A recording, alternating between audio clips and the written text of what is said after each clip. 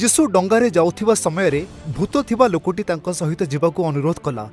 Mark 5:18 କୁହେ, ଏହା ଏକ ଭୟଙ୍କର ଚଳଚ୍ଚିତ୍ରର ଦୃଶ୍ୟ ପରି ଶୁଣାଯାଏ।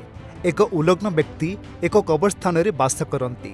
ସେ ଶିକୁଳିରୁ ମୁକ୍ତ ହୋଇ ଚିତ୍କାର କରି ନିଜକୁ କାଟିଦେଲା। ଏହି ଲୋକଟି ଅନେକ ଭୂତ ଦ୍ୱାରା ଧାରଣା କରିଥିଲା, କିନ୍ତୁ ଦିନେ ସେ ଦୂରରୁ ଯୀଶୁଙ୍କୁ ଦେଖି ତାଙ୍କ ପାଖକୁ ଦୌଡ଼ିଗଲେ। ହେ ମନ୍ଦ ଆତ୍ମା, ଏହି ଲୋକରୁ ବାହାରି ଆସ, ଯୀଶୁ କହିଲେ। ତୁମର ନାମ କ'ଣ? ଭୂତ ଉତ୍ତର ଦେଲା, ମୋର ନାମ ଲେଜିୟନ, କାରଣ ଏହି ଲୋକମାନଙ୍କ ମଧ୍ୟରେ ଆମ ମଧ୍ୟରୁ ଅନେକ ଅଛନ୍ତି। ମାର୍କ 5:8-9। ସେଠାରେ ପାଖାପାଖି 2000 ଘୁଷୁରୀ ଚରାଉଥିଲେ। ଘୁଷୁରୀମାନଙ୍କୁ ପ୍ରବେଶ କରିବା ପାଇଁ ଯୀଶୁ ଭୂତମାନଙ୍କୁ ଅନୁମତି ଦେଲେ, ଯାହାକି ସେମାନେ ଏକ ପାହାଚ ଉପର ତଳକୁ ଯାଇ ହ୍ରଦରେ ମୃତ୍ୟୁବରଣ କଲେ। ଏକ ଜନସମାଗମ ପୂର୍ବରୁ ପାଇଥିବା ବ୍ୟକ୍ତିଙ୍କୁ ସୁସ୍ଥ ଥିବା ଯୀଶୁଙ୍କ ପାଦ ତଳେ ବସି ତାଙ୍କୁ ଅନୁସରଣ କରିବାକୁ ଭିକ୍ଷା ମାଗିଥିଲେ। ଯୀଶୁ ତାଙ୍କ ଘରକୁ ଯିବାକୁ କହିଥିଲେ ଏବଂ ଈଶ୍ୱର ତୁମ ପାଇଁ କେତେ କରିଛନ୍ତି ତାହା କୁହ, ଯାହା ସେ କହିଥିଲେ ଲ୍ୟୁକ୍ 8:39।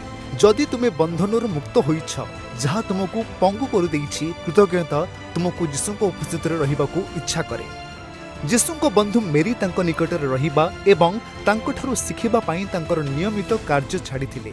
ଯୀଶୁ ତାଙ୍କ ପରିବାରକୁ କହିଥିଲେ ଯେ ପାଦ ତଳେ ବସି ମେରୀ ଗୋଟିଏ ଜିନିଷ ବିଷୟରେ ଚିନ୍ତା କରିବା ଉଚିତ ପାଇଲେ, ଯୀଶୁଙ୍କ ଶିଷ୍ୟ ହେବା ଏବଂ ତାଙ୍କ ସହିତ ସମୟ ବିତାଇବା।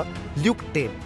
ତୁମେ ଅନୁଭବ କରିଛ କି ଭୂତ ମନୁଷ୍ୟ ଏବଂ ଯୀଶୁଙ୍କ ବନ୍ଧୁ ମେରୀଙ୍କ ପରି ସର୍ବୋତ୍ତମ କଥା ଗୋଟିଏ ବିଷୟ ଆଜି ଚିନ୍ତା କରିବା ଯୋଗ୍ୟ ଯେ ତାଙ୍କ ସହିତ ସମୟ ଅତିବାହିତ କରୁଛି। ଯଦି ଆପଣ ଏହା କରିବେ, ଆପଣ ବହୁତ ଭାଗ୍ୟବାନ ଅଟନ୍ତି। ଭଗବାନ ତୁମକୁ ଆଶୀର୍ବାଦ କରନ୍ତୁ।